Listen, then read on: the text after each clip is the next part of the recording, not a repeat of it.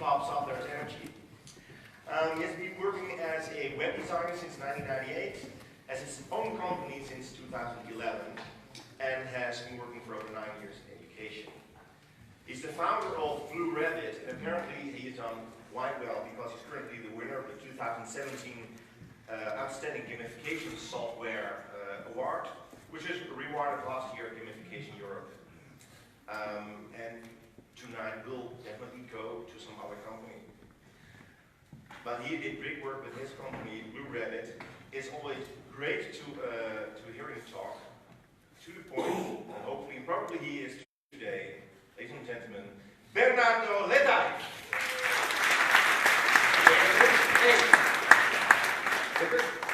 Hey, hello guys.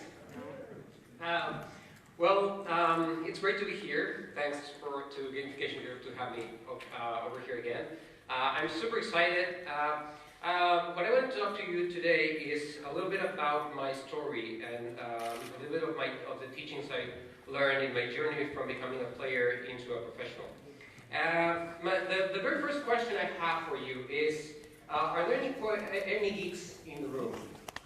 Yeah, I can see someone. Okay, so for those of you who are actual geeks, let me see. I challenge you to beat my score at the geek test.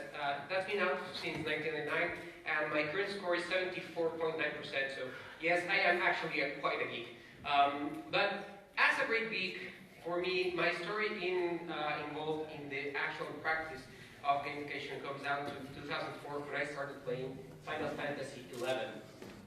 You may not know this game that much because it was overshadowed by World of Warcraft when they had 7.5 million players and we just had 500,000. So I love Final Fantasy since I was very young, and the very first thing I did when I got into the game was ask another player, hey, are there any legendary heroes here, legendary players who have solved everything and cannot be beaten and everything? And they were like, well, that's not the kind of game you're into, but here, well, I don't know about legendary players, but I know about guild sellers. So I was asking about something, and I got a completely different answer that introduced me to a world that was impacting the real world from the virtual world. What you're looking at is a screenshot of a website that sells gold, which is the currency in World of Warcraft, to players. So already in 2004, there was something happening in the virtual environment that was already impacting people on the outside. There's even a game in China that where people would play. It was something around 200 million players online, and they would exchange the currency within the virtual world for real goods. So I didn't know any of this, but if you pay attention, it's treated as currency. You can see how much gold actually costs in US dollars. So there was a value to it. For me, this was the origin of microtransactions. And this may seem like a very random slide, but it just shows the power of microtransactions throughout the world. Candy Crush presenting a modest $1.3 billion revenue just from players paying for each attempt they wanted to go through the game. And if you haven't noticed, it looks very weird, right? It's pretty much like the arcades. In the arcades, we would used to pay for each attempt. We would have to move ourselves to another place, take out our quarters, and pay for it. And Candy Crush actually offers you a bargain on that because then you have to pay 4 quarters, so that would be 4 attempts per $1, and I think Candy Crush offers you 5 attempts per $1. So our new arcade is in a completely different level, in a completely different environment, and it's already connected to credit cards, and you can lose control pretty easily. But this is what I saw that was being born in 2004. This is what started flowing with the connection of technology and the boom of Facebook. However, coming back to my story a little bit, in 2010 I was introduced to the name and the word gamification. And a student told me, this is how you will solve education. 40 minutes later, I have already watched a video that some of us have watched, and well, at least in my case, I hold it very dear in my heart. The video featured a person talking about magic words and superpowers and how the opposite of what I saw Final Fantasy was doing to the world, it was doing, the world was doing the exact opposite. So instead of having the virtual world impacting the real world wanted to look more like the virtual world. Jane McGonigal has talked about it for a while. I also watched her video, which I watched after this one. And for some of us, these magic words are actually powerful. I am not kidding to you. I had my students leave the room after I finished watching the video, and I stood up in the middle of everyone, and I said, I am a game designer. Because in that very moment, I made the choice that I wanted to be a game designer. For a very long time, I had no idea how would you become one. There were no universities offering a course like that in Mexico. I had no idea what you should study. If it was programming, design, art, literature, what would you study to become a game designer? He told me that you just should do this and start designing games. That sounds easy, right? So I stood up and I said, I am a game designer. And the next second, okay, how do I do this for a living? So yeah, I'm a teacher, I need to pay the rent, I have to eat, I have to eat every day and everything. But now that I am a game designer, because I just became one, right? How do I get from there? And the line was drawn, and it is a line that's, I don't know, the consistency of the line is very weird. Because for some people it's about the level of skill you have. So if you're very good at it, you may be a professional. Or for other people would be, it depends where you're talking or what you're doing, and it depends on the stage. For me, the line between being a player and a professional is made of one word. You have to do this every day. Breathe it every day, and work around it every day. If you're able to do it every single day of your life, then you're being a professional about it. You may be a low-level professional, or you may be a high-skilled world international professional, but still a professional. So I really wanted to become one. And I realized it was a choice. It was not just about what you studied. It was not just about who you talked to, what your clients were, how much you were paid about. It was about you actually taking this seriously. And in my case, I decided I would defend this industry, and I would work to make it better every single time I could. So I would like to share with you 5 teachings that are incredibly in line with what we've been listening for the whole day. And I was super glad when I was watching one of the talks and they were talking about exactly some of the slides I'm going to share with you. The first thing is you have to bring something for the client. Stop selling air. Stop promising the world.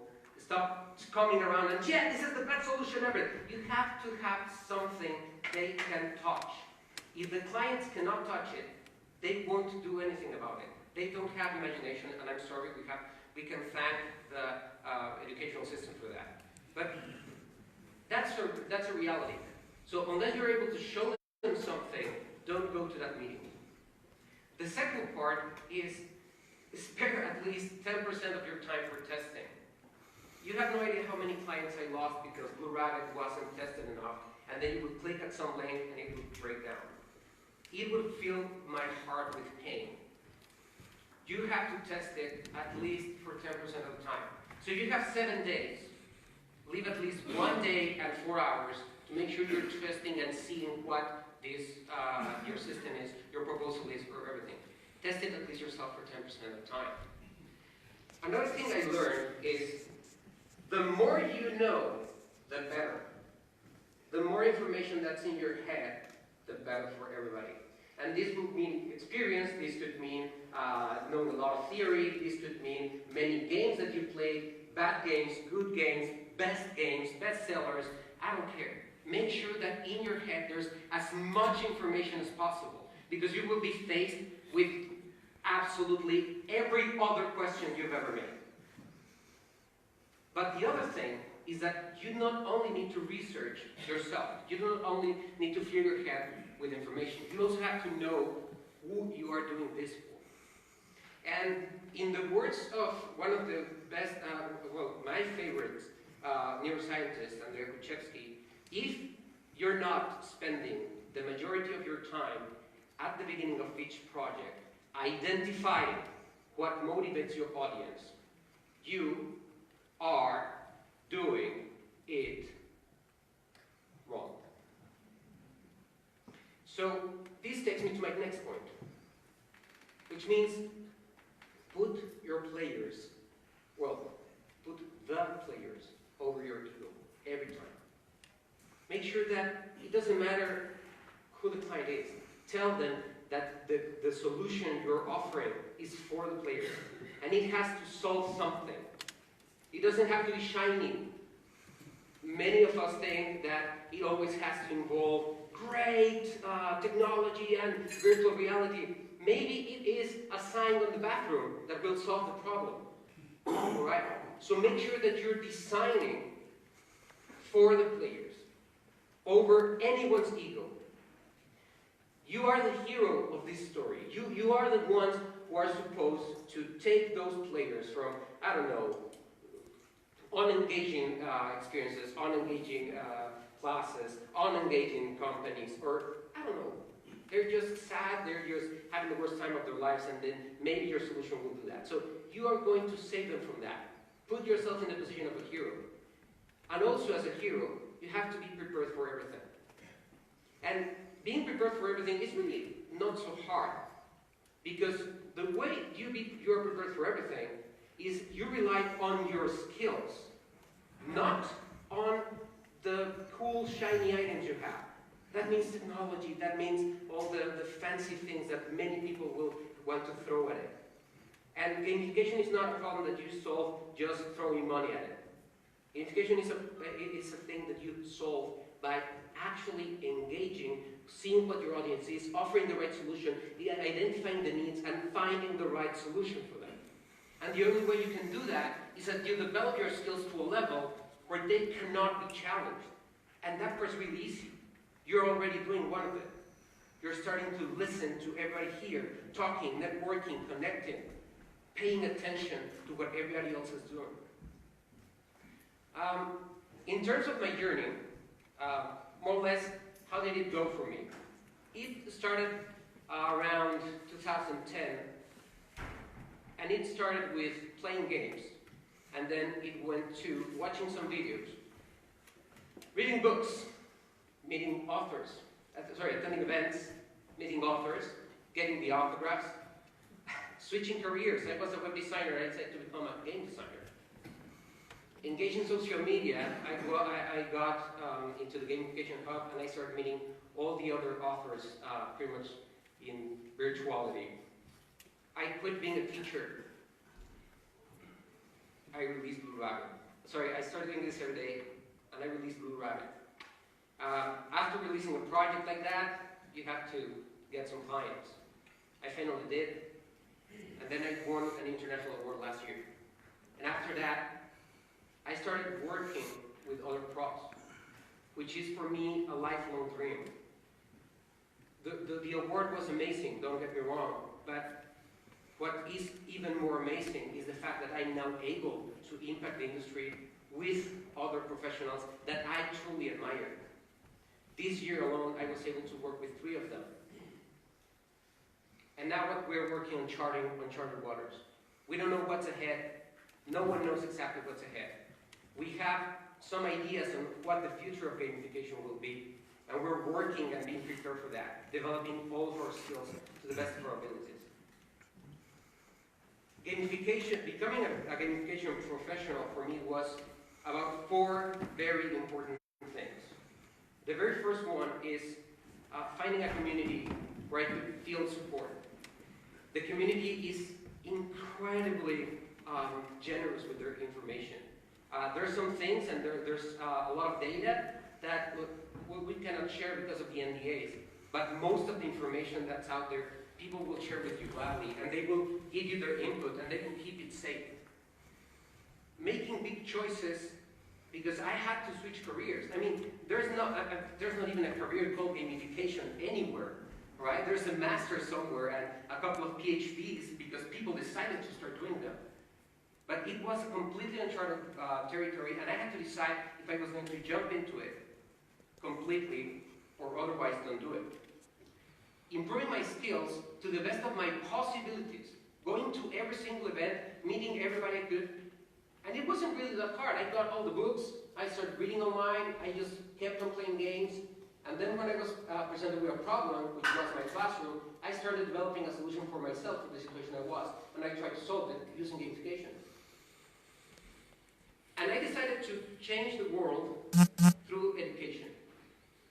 So we have a name for those. It's all about relatedness, autonomy, mastery, and purpose. The more we keep true to what we guys are selling to the industry, the more we move forward with this idea as our flag, the more professionals we will be, and the easier it will be to always face the right way. I heard Gabe Zimmerman say this on the very first webinar I took with him. If you always follow these 4 components, there is absolutely no way you can go wrong. But you have to be honest, and you have to make sure that you are always there. Behave like heroes, and promise me that you will never, ever stop learning. Thank you. Do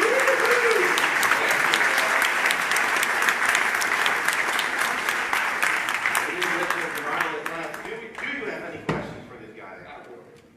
Yeah? No, let's not bring the energy. That's good. That's good. Then another round of applause for Bernardo Letayf.